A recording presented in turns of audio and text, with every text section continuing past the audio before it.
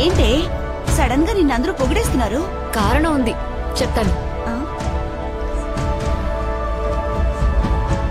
Madam, మా అబ్బాయే చూపించాడు. నాకు చాలా గర్వంగా ఉంది. Thank you. రండి, ఫేస్బుక్ లో చూపిస్తాను.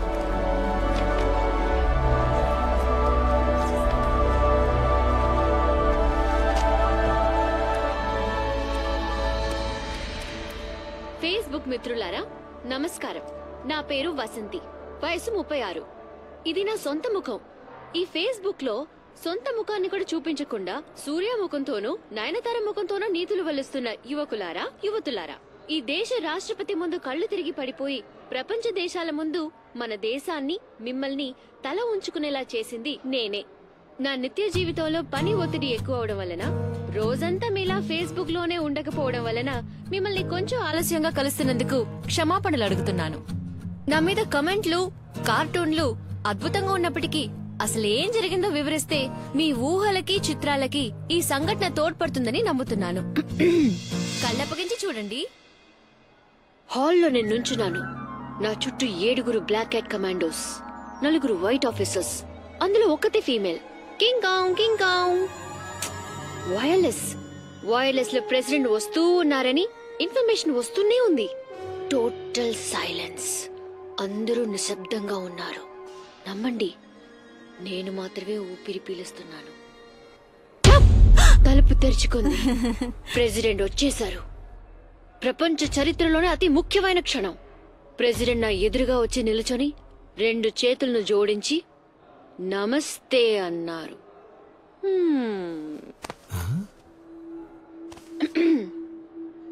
సమయాన్ని మొత్తం ఫేస్బుక్ కి కేటాయించి ప్రేమని, బెడ్రూమ్ ని, తమ జీవితాల్ని ఏ దాపరికమో లేకుండా సహృదయంతో అందరికీ చూపించుకుని సమాజానికి సేవ చేస్తున్న మిత్రులారా, కళ్ళు తిరగడం నాకేం కొత్త కాదు.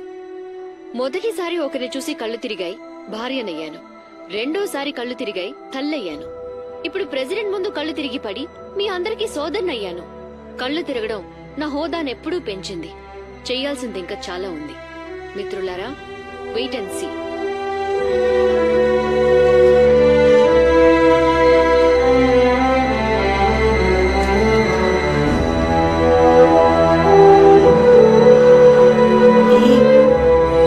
అందరి నోళ్ళు మూయించేశావు.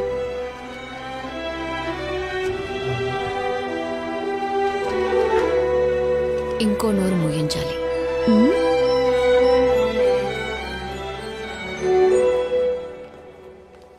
అమ్మో ఈవిడా, అయిపోయాను.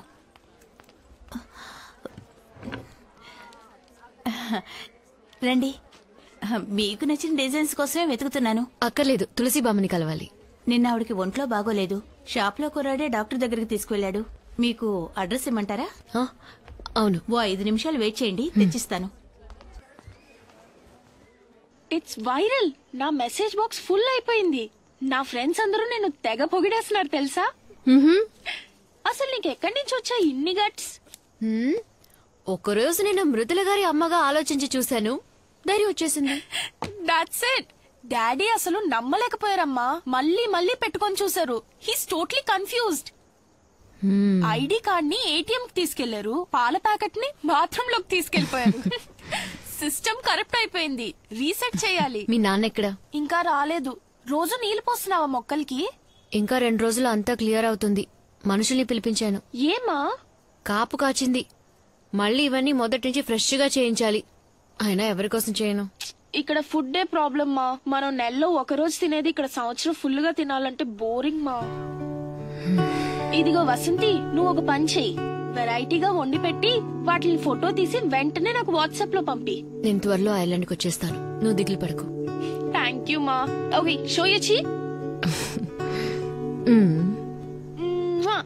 బాయ్.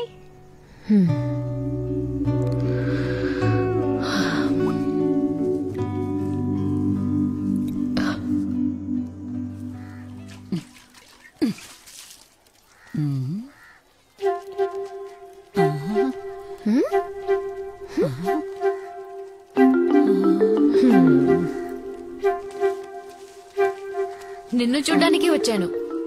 రమ్మని పిలవా? నీకు ఒంట్లో బాలేదటగా? వయసయింది కదా. నువ్వు నన్ను చూడ్డానికి వచ్చావా? అవును, ఇదిగో. ఎందుకమ్మా ఇవన్నీ? అన్ని మా ఇంట్లో కాచినవే.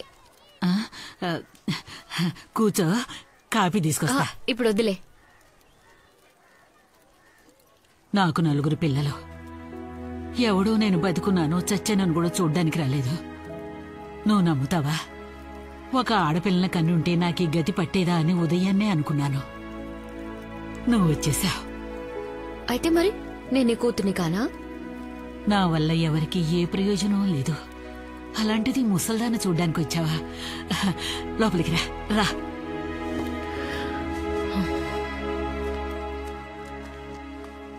హాస్పిటల్కి వెళ్ళాలంటే చెప్పు, నేను వచ్చి నిన్ను తీసుకెళ్తాను. అలాంటిదేం వద్దులే, నేనెంచక్కా ఉన్నానుగా. మనుషులకి మనకంటూ ఒకరున్నారన్న నమ్మకం ఉండాలి, ఒక తోడుండాలి. ఆ ధైర్యంతోనే 100 ఏళ్లు బతికేయచ్చు.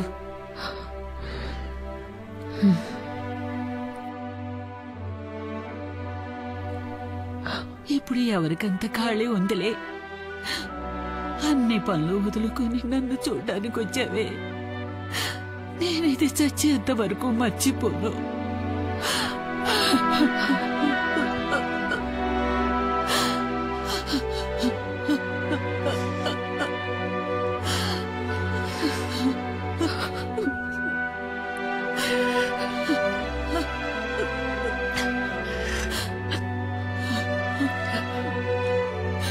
వస్తాను.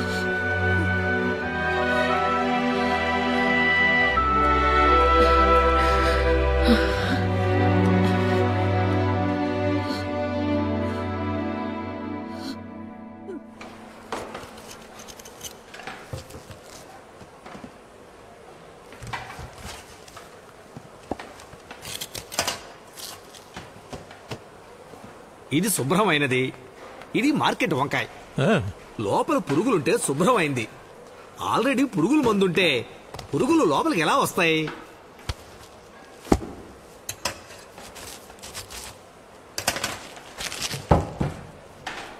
మీరే చూడండి, ఈ కాలంలో గుడ్డలకు రంగులు వేయటమే కాకుండా మనం తినే ఆహారాలు కూడా రంగులు కలుపుతున్నారు. డూప్లికేట్ చూడండి, ఎర్రగా అందంగా ఎంత ఆకర్షణీయంగా ఉందో.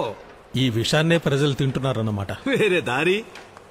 వీటితో వండితే ఎంత పెద్ద కుక్క అయినా రుచి రానే రాదు. ఈ తరం ఉందే, రుచికరమైన ఆహారం అంటే ఏమిటో దానికి అసలు తెలియనే తెలీదు. అదే నిజం కూడా. మీరు గనక ఇలాంటి కూరగాయలు ఇచ్చారంటే పెళ్లి వారంతా మన భోజనం గురించే మాట్లాడుకుంటారు. దానికి నేను గ్యారంటీ.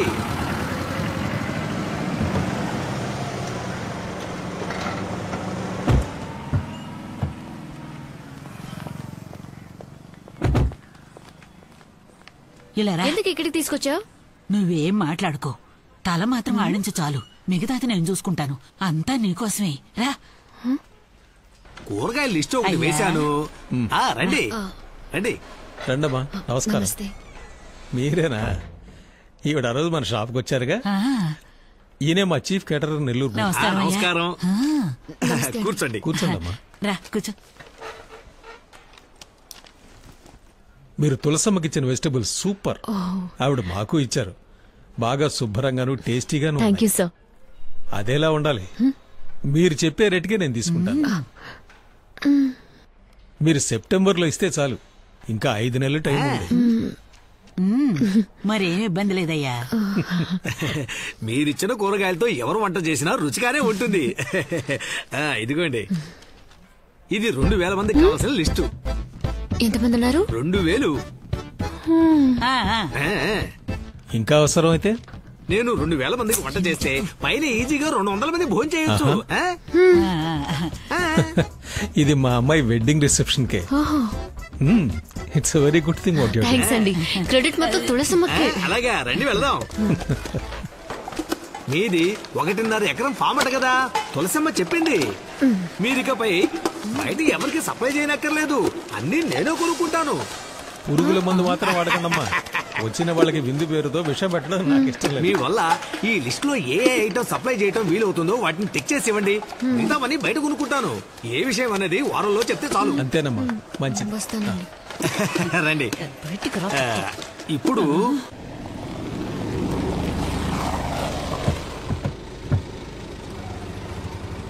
పొడుగు లిస్ట్ ఇచ్చాడు. ఆయన ఓం సాయిరామ్ అట. ఉల్లిపాయలు 40 కిలోలు, టమాటాలు 35 కిలోలు, క్యారెట్ 25 కిలోలు, బంగాళదుంప బచ్చ బఠానీ 5 కిలోలు, కూరగాయల సంతే లిస్ట్ రాశాడు. ఏంటిదంతా? ఇంట్లో వంటకనుకున్నాను, పెళ్లికని తెలీదురా. ఎక్కడున్నారో తోట ఉందని ఎందుకు చెప్పావు? కాస్త గొప్పగా ఉంటుందని గ్యాస్ కొట్టాను. ఎక్కడున్నారో పొలం భూకంపం వచ్చి రెండుగా బద్దలేందని చెప్పు. నా ఉద్యోగం పోతుందిరా. ఏదైనా నమ్మేలా చెప్పవా? నన్ను అడిగితే ఇరికించింది నువ్వే అనుభవించు.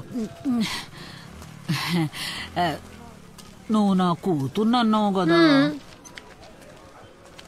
సరే, ఓ పని చేద్దాం. ఈ లిస్ట్ లో మీకు ఏది వీలవుతుందో అది టిక్ చేయండి. మిగతాది బయట కొనుక్కుంటానని చెప్పారు కదా. అవును. నేను ఓం సాయిరామ్ ని టిక్ చేస్తాను, నువ్వు మిగతాది బయట కొనుక్కోమను. ఏంటి ప్రాబ్లం? ఇదిగో ఇదే ప్రాబ్లం. ఏంటిది? ఉల్లిపాయలు, టమోటాలు. రేయ్, ఇది ఒక ఆర్డర్ అన్నట్రా. నా కమిషన్ మర్చిపోకనా. వెళ్ళి పార్టీని తీసుకురా. సరేనా?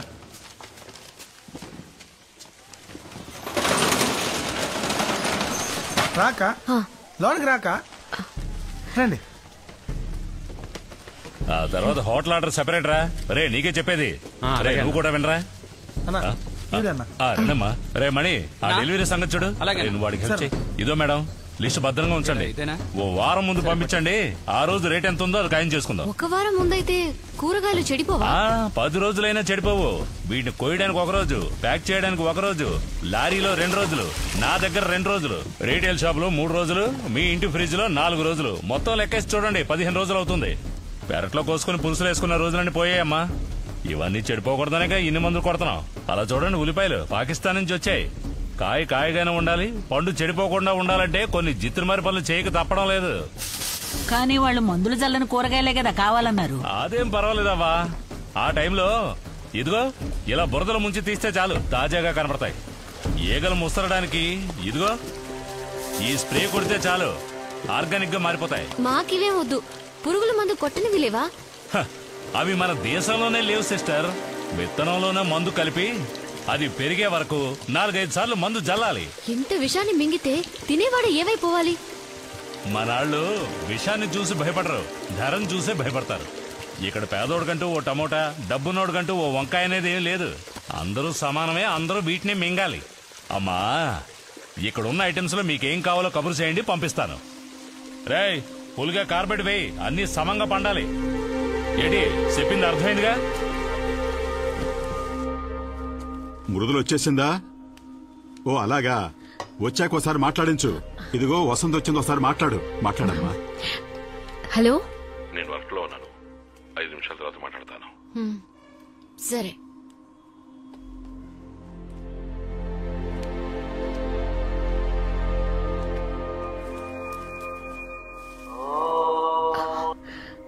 సారీ గిరిజ, మా వారు ఇప్పుడు నాకు ఫోన్ చేస్తారు, నేను నీకు మళ్ళీ ఫోన్ చేస్తాను.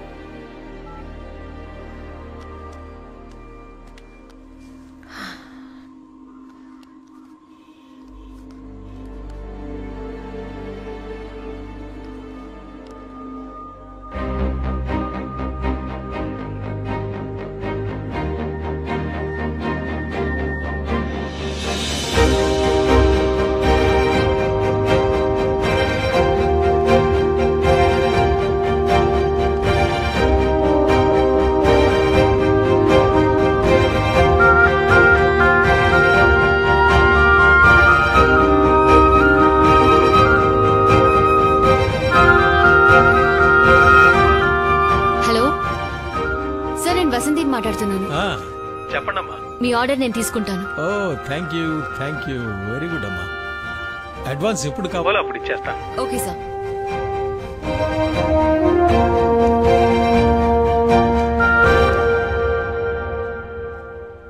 ఇది ఏ ఊరు వసంతి? నెదర్లాండ్. ఇలా ఇప్పుడు చాలా దేశాలు సక్సెస్ఫుల్ గా పండిస్తున్నారు. ఇవన్నీ మన ఊరికి వర్కౌట్ అవుతాయంటావా? అసలే రైతులు లాస్ అంటున్నారు, అందులోనూ మేడ మీద పెడితే ఎలా సక్సెస్ అవుతుంది? అదే కదా, మేడ మీద మందు కొట్టొచ్చు, పేకాడొచ్చు, అవన్నీ సక్సెస్ అవుతాయి. ఇదెలా? ఈ గ్రీన్ హౌస్ కి ఎంత ఖర్చు అవుతుంది? 20,000 దాకా ఖర్చు అవుతుంది. 10 ఇళ్ల మేడ మీద సెట్ చేస్తే 2,000 మందికి సరిపడే కాయగూరలు పండించొచ్చు. ఒక కోతకి, ఒక పెళ్లికి సరిపడేంత సప్లై చేయొచ్చు. ఇదే లెక్క. అదీ కాకుండా చాలా ఆరోగ్యకరమైన ఆర్గానిక్ కాయగూరలు మనము మన పిల్లలు తినొచ్చు. దీనికన్నా మటన్ లో స్ట్రెంత్ ఎక్కువ, అది కూడా ఆర్గానిక్. రోజు పేపర్ చదివితేనే ఆ పిల్ల మాటల్లో నిజమేమిటో తెలుస్తుంది. వితండవాదం చేయడం, ఎగతాళి చేయడం వల్లేరా ఈ దేశం బాగుపడడం లేదు. మనం ఇది చేద్దామా? తప్పకుండా మన పిల్లల కోసం చేద్దాం వసంతి. వసంతి, నాకు కొంచెం టైం కావాలి. చీటి డబ్బు రావాలి, ఆ తర్వాత చెప్తానమ్మా. అవును వసంతి, కొంచెం టైం ఇవ్వు. నగలు తాకట్టు పెట్టైనా చేద్దాం. వస్తాం.